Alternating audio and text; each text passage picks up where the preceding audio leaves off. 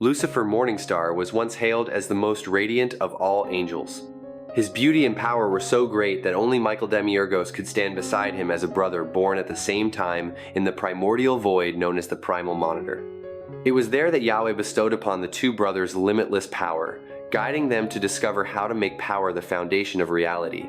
From this teaching, the DC Multiverse was born as a result of a creative collaboration between Michael and Lucifer. When Lucifer's rebellion erupted, the presence did not punish him with destruction, but entrusted him with a seemingly inescapable kingship, the rule of hell. For over 10 billion years, Lucifer has ruled the dark realm with a cold but absolutely sober attitude. He shared responsibility with Beelzebub and Azazel when the great beast arose, but deep down, he always searched for a way out of the fate that Yahweh had ordained. One time, Dream went to hell to reclaim his stolen helmet, but a seemingly unintentional remark about the power of dreams caused the demons to mock Lucifer. Feeling insulted by the entire depths of hell, he remembered Dream as a debt of honor and vowed to one day end Morpheus's existence. But when Dream returned, he only stepped into an empty land. Hell was deserted as if no soul had ever lived there. Lucifer removed all the burden of rule, closed all the gates, cut off his angel wings, and gave the key to hell to Morpheus before leaving for Perth, Australia, leaving behind an eternity that had once belonged to him. From that vast beach, Lucifer later moved to the City of Angels, where Los Angeles shines among the people. He became the owner of the Lux, a nightclub that functioned as a music sanctuary where he played the piano with the virtuosity of someone who had spent billions of years observing the soul of the universe. When the angel Remiel came to him and asked to be freed from the responsibility of ruling hell, Lucifer responded with only a faint laugh and a cruel disdain. At another point, Delirium sought him out to help Dream from the Furies' pursuit. Lucifer observed her with a mixture of pity and understanding, then affirmed that the chance to save Morpheus was gone. That moment made him realize that even the peaceful life at the Lux could no longer hold him back. Many years later, Rachel Begai, a mortal girl, was accidentally drawn into Lucifer's orbit when Amenadiel of the Seraphim was sent by Yahweh to make a pact. Yahweh wanted Lucifer to destroy the ancient gods who had existed millions of years ago and had wreaked havoc throughout creation. If he succeeds, a reward awaits him at the end of his journey. Lucifer leaves Los Angeles, embarking on a series of mysterious journeys.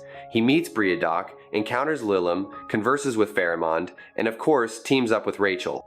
He knows that Rachel is the key to finding the hiding place of the elder gods. He lures her along, instilling in her false hope that she can save her brother. In the end, the cruel truth is revealed. Rachel's deepest desire was never to rescue her brother, and so the power needed to do so never awakened. Although Lucifer's plan is still completed, the price is Rachel's hatred for him, a grudge that has simmered for years. Yahweh keeps his promise and gives Lucifer a letter of passage, a privilege so rare that only a few in the universe have access to it. Lucifer received it with an unreadable look, as if he understood that every gift from Yahweh always has a deeper meaning than words. And that was the path of Lucifer Morningstar, who once burned in heaven, who once ruled hell, who once let go of his wings, and who also constantly searched for true freedom among the countless planes of existence. In the German city of Hamburg, Lucifer Morningstar began the most daring phase of his entire journey. The passage that Yahweh had given him was not just a privilege, but a tool for a greater ambition, to create a completely new creation beyond the reach of God's creation. To test the value of his gift, he summoned Melios and asked the angel to use Basanos to read him a 6-card spread. Melios was terrified of Lucifer's intentions, and instead of following suit, he sought to destroy Basanos to prevent what was about to happen. This decision was wrong from the start, for Basanos was far more powerful than he had imagined. Melios was defeated, and Basanos escaped his bonds. Lucifer immediately tracked them to a nightclub where the colorful lights and music could not hide Basanos' magical appeal. He forced them to perform the spread, and the answer reassured Lucifer to act. Returning to Lux, he opened the passage, pulling open a door to the creation he was about to birth. To ensure the bond between the two realities, he wrote a name belonging to God on the doorframe. Once the door closed, Yahweh's creation would be erased. Everything happened in silence, as if Lucifer was carrying out what had been preordained all along. Leaving Lux, he went to London and appeared at the moment Elaine Bellick was near death. He saved her without explaining. When Elaine asked why, Lucifer simply said that from now on she was grateful to him and left, never looking back. But he knew that he could not complete his plan without the wings that had been thrown away, so Lucifer went to Izanami Hell. No one there could stop him. The gods and goddesses only had time to see his shadow gliding through the maze of dark, windowless rooms, When he emerged, the wings had returned to their rightful owner. News of his reappearance spread to the heavens, and Amenadiel led the angelic legions to stop Lucifer, wanting to close the gate to nothingness. However, everything was turned upside down when Lucifer intervened and freed Michael from Sandalphon's torture. No angel dared to touch him while Lucifer held Michael's fallen body. On the way into the void, Lucifer told Michael that death was the only way to free him from the distortions caused by Sandalphon. A death would restore Michael to his original state, unharmed. Amenadiel was faced with two options that both led to destruction. Let Michael die in the new creation and destroy everything, or let Lucifer take Michael into the void and kill him there. Lucifer chose the latter. The void swallowed all light, and in that timeless place, he killed Michael. From the energy released, Lucifer created a whole new multiverse. He then extended an invitation to anyone from God's universe.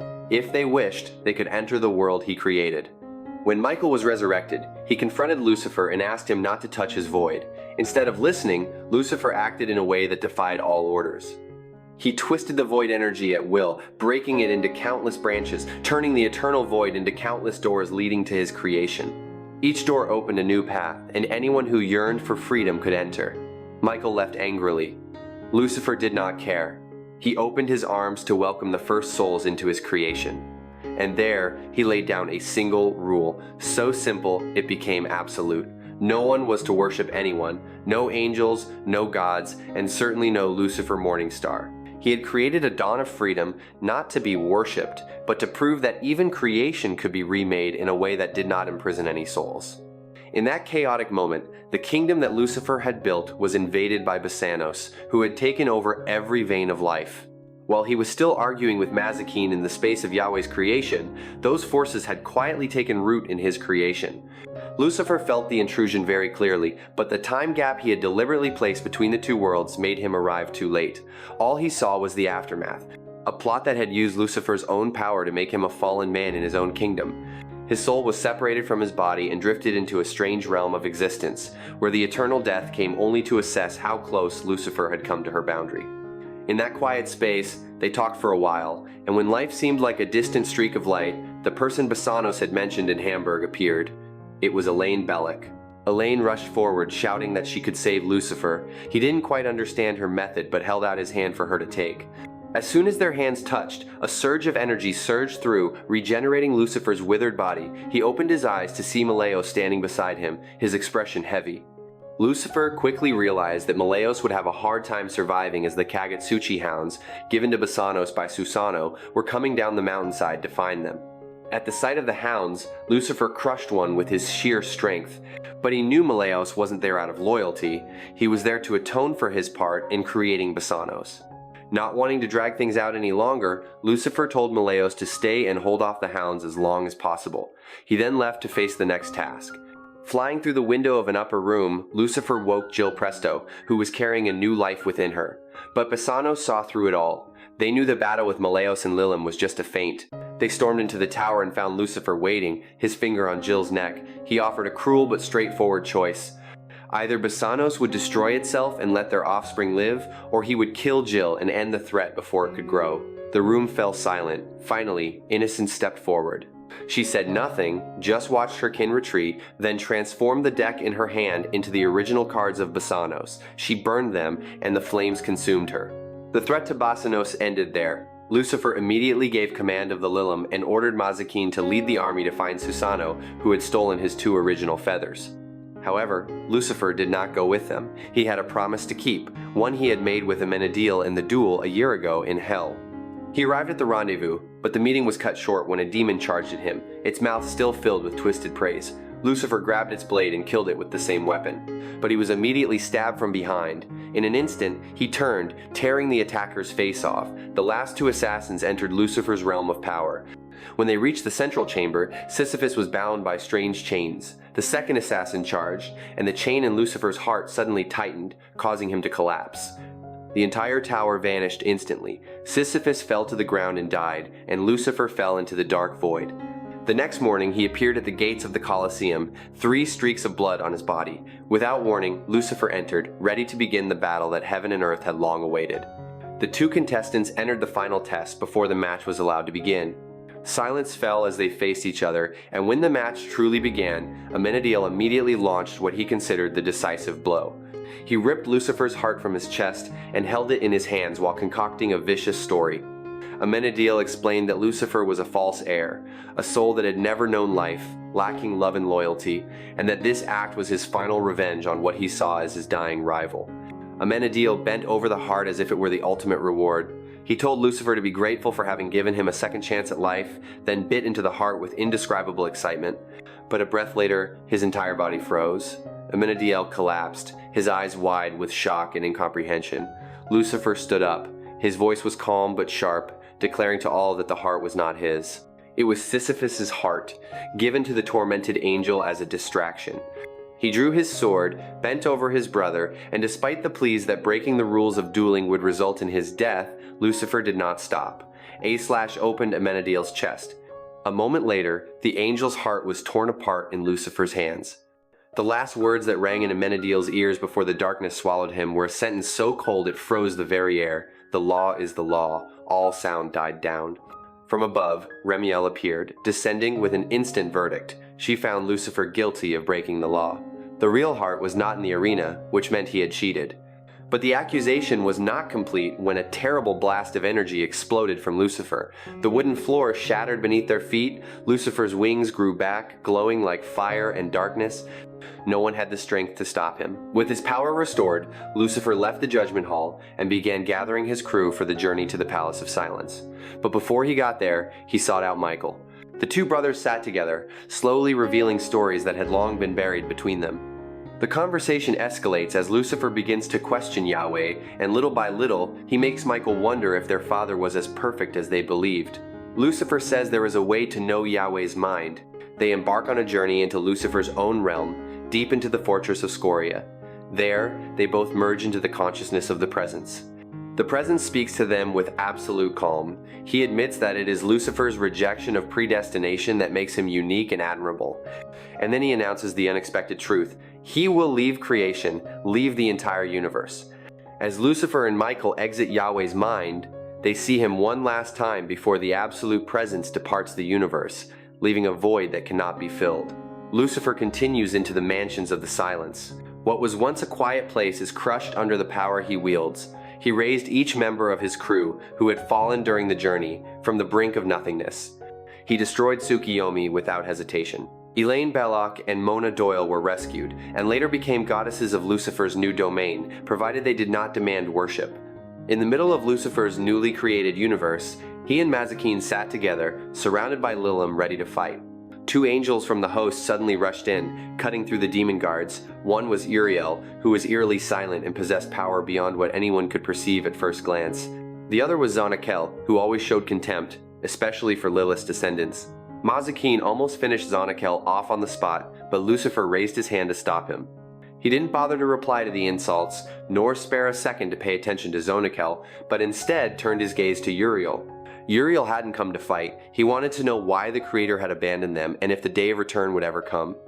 And Lucifer, who had just rewritten his own destiny, was the only one left who could give him the answer. Lucifer calmly told his opponent that everything had been ordained by Yahweh from the beginning. The circle of eternity had been sealed from the outside, and that meant their father would never return.